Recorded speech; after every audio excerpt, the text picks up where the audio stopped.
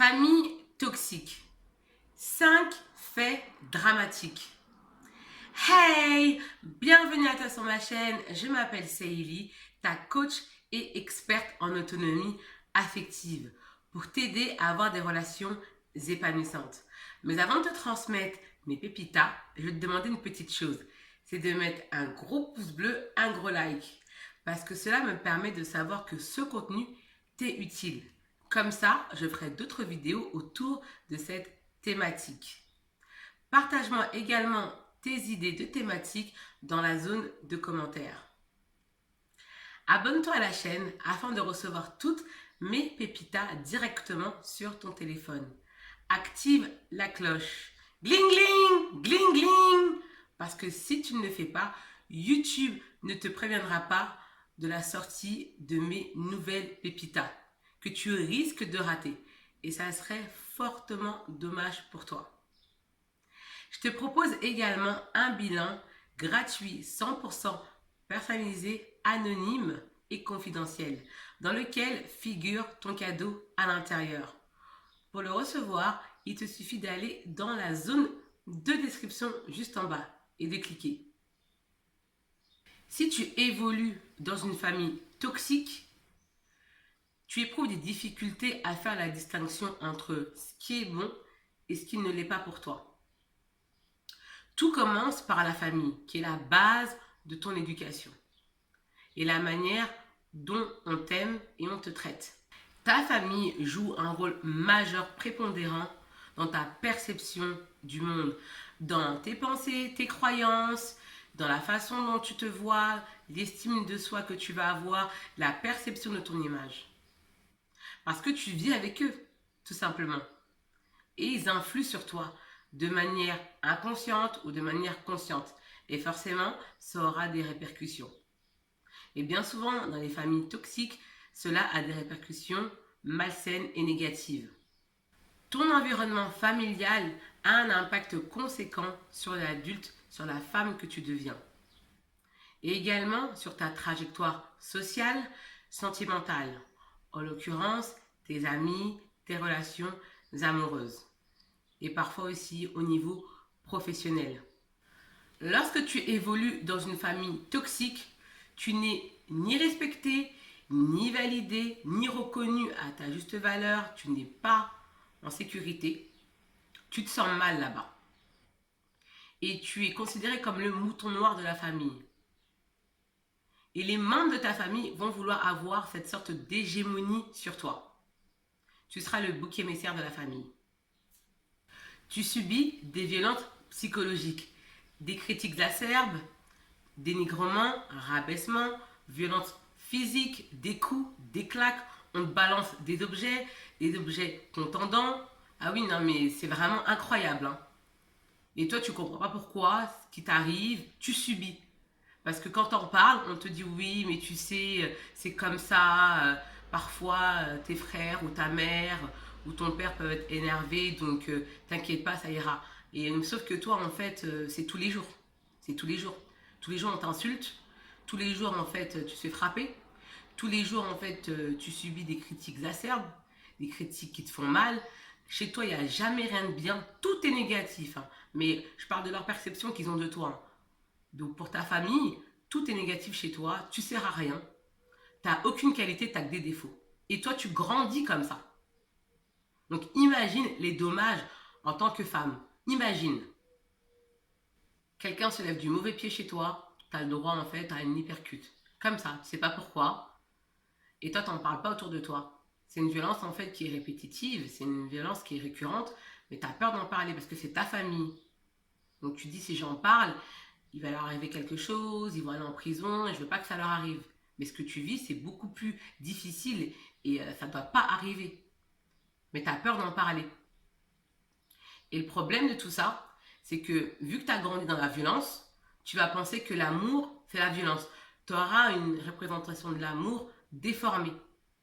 Parce que tu vas te dire, quand on te frappe, c'est qu'on t'aime. Parce que tu as grandi comme ça. Ce sera ta représentation de l'amour. Et tu as le droit à des injures du type qui va t'épouser, tu n'es qu'une bonne à rien, t'es qu'une putain, tu crois que chez moi c'est un hôtel? Tu crois que c'est un hôtel chez moi? tu sers à rien, regarde-toi, regarde comment t'es. On t'insulte de tous les noms d'oiseaux. De tous les noms d'oiseaux, on va t'insulter. Et pour rien. Les violences physiques englobent les viols, l'inceste, les attouchements, les coups. Tout ça, ça rentre dans la violence physique. Après, ensuite, il y a les claquements de porte, les cris qui sont dominants chez toi, qui font même office de valeur familiale. Forcément, tu te sens mal, tu te sens comme la outsider, la paria, une exclue de la famille. Et forcément, cette situation, elle est compliquée pour toi. Et tu vis dans une peur constante, dans un stress permanent, qui ne te permet pas de t'épanouir. Tu n'as même pas envie d'entrer chez toi. C'est pour ça que tu vas traîner dehors, tu vas aller avec des garçons, avec la jante masculine, pour ne pas subir toutes ces violences. Tu vas essayer d'éviter. Donc tu vas passer beaucoup de temps dehors. C'est comme si on t'infligeait une mort lente de ton âme. Et tu te sens impuissante. Bien que cette situation te fasse extrêmement souffrir. Parce que le thème de la famille toxique est une thématique extrêmement taboue. On n'en parle pas. Pourtant, c'est grave. C'est extrêmement grave. Et lorsque tu tentes d'en parler autour de toi, on te dit non mais c'est la famille, tu sais la famille t'en as qu'une, et tu sais c'est les liens du sang, c'est important, alors que déjà le sang on n'a pas tous le même entre frères et sœurs, d'accord? Ce sont juste des notions mentales. On n'a pas le même sang, déjà. Et on dirait que souffrir aujourd'hui c'est normal, c'est devenu une normalité, mais c'est normal. Donc t'as tes frères et sœurs, ta mère qui te frappe tout le temps, t'es le bouc émissaire, t'es le mouton noir, mais c'est normal, tu dois accepter puis subir. Et c'est ainsi que tu vas commencer à te muer dans un silence. Parce que tu vas te dire, voilà, j'en ai parlé et on ne me comprend pas. C'est ainsi que tu vas commencer à être dépressive, que tu vas tomber en dépendance affective. Oui, parce que tu auras besoin d'amour. Tu auras besoin en fait d'affection. C'est normal. Parce que le besoin d'affection, de reconnaissance, de sécurité, ce sont des besoins fondamentaux pour l'être humain pour s'épanouir. Et qu'est-ce que tu vas faire? Tu vas aller dehors. Tu vas aller dehors, mais comme déjà tu n'as pas confiance en toi, tu vas attirer des mauvaises personnes. Ce qui est normal, parce qu'on ne t'a pas enseigné à t'aimer. On ne t'a pas enseigné les bonnes choses. Donc tu vas reproduire les choses dehors. Quand je dis reproduire, c'est-à-dire que comme tu n'as pas eu d'amour, tu manques de cet amour. Et tu n'as pas eu cet amour-là pour te développer. Donc quand tu vas aller dehors, tu vas réclamer cet amour-là. Et tu vas être dans l'excès avec les hommes. Tu vas être dans l'excès avec les autres. Avec toi, ça sera tout ou rien. C'est comme ça avec toi. Il n'y a pas de juste milieu. Or, la vie est une harmonie et un équilibre. Il faut savoir comme ça ajuster les choses. Mais toi, tu n'y parviens pas parce que tout simplement, on ne t'a pas appris. Tu ne parviens pas à distinguer ce qui est bon, ce qui ne l'est pas. Et le pire, c'est que tu vas être prête à faire n'importe quoi pour obtenir cet amour et d'or à donner des miettes. Parce que inconsciemment, tu vas renvoyer aux autres et aux hommes que tu n'as pas d'amour de toi. Que toi, tu es prête à tout pour avoir en fait cette substance qui te manque. Mais eux, ce qu'ils vont te donner, c'est des miettes. Parce que tu vas réclamer un amour que tu n'as pas pour toi. Or, on ne peut pas demander à quelqu'un quelque chose qu'on n'a pas pour nous. Et quand je dis demander, l'amour ne se quémande pas. Jamais on va dire à quelqu'un, donne-moi de l'amour, j'ai soif. Non, c'est inconscient. Par tes actes, tu vas montrer à ces hommes, à la gente masculine, même à des amis, même à des personnes à l'extérieur, que toi, ta vie dépend de l'amour. Parce que l'amour est ton oxygène. Parce que tu n'en as pas assez eu durant l'enfance. Et forcément, il y aura des répercussions à l'âge adulte. Il y en a maintenant. Là, pour toi, c'est très compliqué. Et je te comprends. Tu vas utiliser la dénégation et la rationalisation pour te rassurer et accepter leurs agissements qui dépassent l'entendement. Voici un exemple de rationalisation. Ton frère te tape, t'insulte, te dénigre, te rabaisse. Et toi, tu vas le dire, mais s'il me rabaisse, s'il me frappe, c'est parce qu'il souffre. Donc, tu vas justifier et accepter ses agissements. Voici un exemple de dénégation. Oui, mais avec le temps, ça passera, ça ira. De toute façon, un jour, il va arrêter. Mais sauf que tu vois qu'il ne va jamais arrêter. Mais toi, tu es dans le déni. Le premier fait dramatique, c'est la dépendance amoureuse, la dépendance affective, la dépendance sentimentale. Et ça peut être la dépendance affective dans tes relations amicales également. Parce que cela va engendrer des carences affectives que tu vas tenter de compenser à l'extérieur en donnant trop aux autres, en t'oubliant, en t'échinant. Parce que comme tu as manqué, tu as besoin de cet amour-là et tu es prête à faire n'importe quoi pour ça. C'est plus fort que toi. Et la conséquence, c'est qu'on te manipule, on se fout de toi, on joue avec toi. Et tu n'arrives jamais à conserver une relation avec un homme. Et tu fais tout ça pour être aimé. Et dans 99% des cas, il se passe le contraire. On se fout de toi. On te traite comme il ne manque rien. Et cela te fait encore plus souffrir. Tu ne reçois que des miettes. Et tu subis le rejet. On te rejette. On t'exclut. On profite de toi et qu'on a bien profité, on t'essore. Telle une serpillière.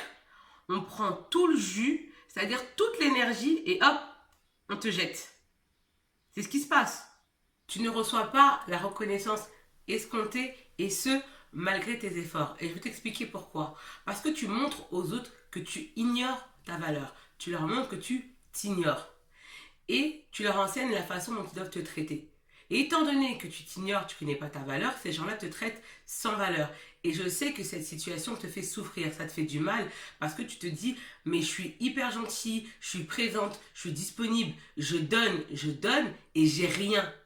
Oui, parce que tu ne sais pas comment l'être humain fonctionne.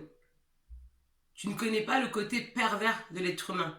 Pour toi, tout le monde fonctionne comme toi, tout le monde est gentil, le monde est beau, c'est Alice au pays des merveilles. Non, ce n'est pas comme ça. Il faut déjà que tu connaisses ta valeur personnelle. Et toi, tu ne la connais pas. Donc si tu ne connais pas ta valeur personnelle, les autres ne peuvent pas te traiter avec déférence. C'est impossible. Deuxième point. Tu es pressé de te marier parce que tu penses que cela te permettra de fuir ton contexte familial négatif, toxique et malsain. Grosse erreur. Énorme erreur. Parce que personne n'est là pour te sauver. C'est ta vie et tu dois en être actrice. C'est à toi de trouver les solutions adéquates. Et j'ai coaché une femme qui souhaite rester anonyme. Cette femme a évolué dans un environnement toxique. Et pour échapper à sa famille qui ne donnait pas de l'amour, ce qu'elle a fait, c'est qu'elle s'est mariée. Et que penses-tu du profil d'homme qu'elle a épousé? Elle a épousé un manipulateur pervers narcissique. Pourquoi? À cause de ses mécanismes inconscients. Et étant donné que c'est une femme qui n'a pas d'amour pour elle, qui a appris à recevoir que des miettes, elle a attiré cet homme-là à elle. Parce que ces hommes-là captent les femmes qui ne s'aiment pas. Ils ont une sorte de radar qui leur permet de détecter les femmes dépendantes affectives. Voilà pourquoi il est important que tu prennes le temps de guérir de tes blessures émotionnelles. Parce que les hommes ne sont pas là pour te sauver. Tu dois te sauver toi-même. Pour cela, il faut que tu te construises. Parce que ma chérie, tu n'es pas construite. Parce que pour se reconstruire, il faut déjà en amont s'être construite. Et toi, tu ne l'es pas. Il suffit de faire tel un château de cartes, tout s'effondre parce que tu es instable. Et ça, ce n'est pas de ta faute. Aujourd'hui, tu dois être actrice de ta vie. Tu dois mettre des actions solides et précises en place. D'ailleurs, moi, je serais ravie d'effectuer ce travail avec toi. Si jusqu'à présent tu regardes cette vidéo, c'est que tu es intéressé. Donc moi, je te propose d'aller dans la zone de description juste en bas et de cliquer sur le lien. Comme ça, tu vas remplir ton bilan gratuit, personnalisé, offert et anonyme dans lequel figure ton cadeau à l'intérieur. Et sache qu'en une seule séance de coaching, toi et moi, nous pouvons révolutionner ta vie. Parce que je sais ce que c'est que de grandir dans une famille toxique. Et même mes coachés. Donc remplis ce formulaire. Il n'y a rien de pire que de rester dans une situation toxique négative. Rester dans ce marasme dans lequel tu souffres. Tu es sur Terre pour vivre ta best life, ta meilleure vie. Et sache que ta vraie vie commence dès lors où tu prends conscience que tu n'en possèdes qu'une seule. Troisième fait dramatique. Tu attires toujours le même profil d'homme à toi, que j'appelle les gigolos, les Playmobil. Playmobil, on a avant les histoires abracadabrantes, rocambolesques. Parce que c'est des gens qui te racontent des histoires à dormir debout. Et toi, c'est ce que tu vas tirer. Et ça, c'est à cause de tes mécanismes inconscients que tu as développés durant l'enfance, qui les attirent à toi. Tu ne sais pas dire non, tu es très naïve, tu te livres très facilement à la jante masculine et même auprès des autres. Et tu couches avec les hommes très rapidement. Et non, ma chérie, tu n'es pas faible. Tu n'es pas faible. C'est juste que tu n'as pas reçu une éducation qui t'a permis de te développer de façon saine. Il faut que tu saches que ça, c'est pas de ta faute. En revanche, aujourd'hui, tu dois agir. Tu ne dois plus rester dans cette situation. Parce que je sais que cela te fait extrêmement souffrir. Le fait de débuter des relations et puis soudainement ça s'arrête alors que toi t'es à fond et tu te fais avoir par des Playmobil, des gigolos. Parce que tu as ce besoin viscéral de te faire rassurer par les mots. Et eux, ils sont champions là-dedans. Ils sont champions. Ils le savent. Ils savent comment tu fonctionnes. Ils ont le GPS de ton cœur. Donc il faut que tu arrêtes ça. Avec toi, c'est Walt Disney. Tu ne te respectes pas, donc comment tu veux imposer le respect aux autres? Je ne te blâme pas. Je te dis juste que il faut que tu apprennes à poser des limites, sinon on va se foutre de toi. Et tu vas commencer à dire oui, mais la vie elle est pas belle, la vie elle est pourrie. Non, la vie elle est belle. Elle est super belle la vie. À condition que tu sois actrice de ta vie. Faut que tu te battes pour ta vie. Comme si ta vie en dépendait. Tu es responsable de ta vie, ma chérie. Donc tu dois te battre pour vivre ta best life. Parce que tu as le droit. À condition que tu prennes les rênes de ta vie. Toutes les convictions que tu as émanent de ton éducation, du conditionnement et également de ton expérience de vie dont tu as été victime par la contrainte, l'humiliation, le dénigrement des membres de ta famille dominants. Sache que tu n'es pas responsable des traitements que l'on t'a infligés lorsque tu étais enfant. Pourquoi? Parce que tout simplement, tu ne possédais pas les clés de l'autonomie affective. Donc, tu subissais. Et c'est normal. En revanche, en tant qu'adulte, tu es responsable des décisions positives que tu peux prendre pour surmonter tes expériences douloureuses liées à ton éducation toxique. Pour ce faire, tu dois absolument travailler sur les souffrances infligées à ton enfant intérieur. Troisième fait dramatique, tu ne sais pas comment te comporter en société. Tu es une sorte de caméléon. Tu es le people pleaser, c'est-à-dire que tu fais plaisir aux autres pour te faire aimer. Et ça, forcément, ça va te conduire à faire n'importe quoi, des choses que tu ne voudrais même pas faire en temps normal, mais tu te sens obligé de les faire parce que tu as besoin de cet amour.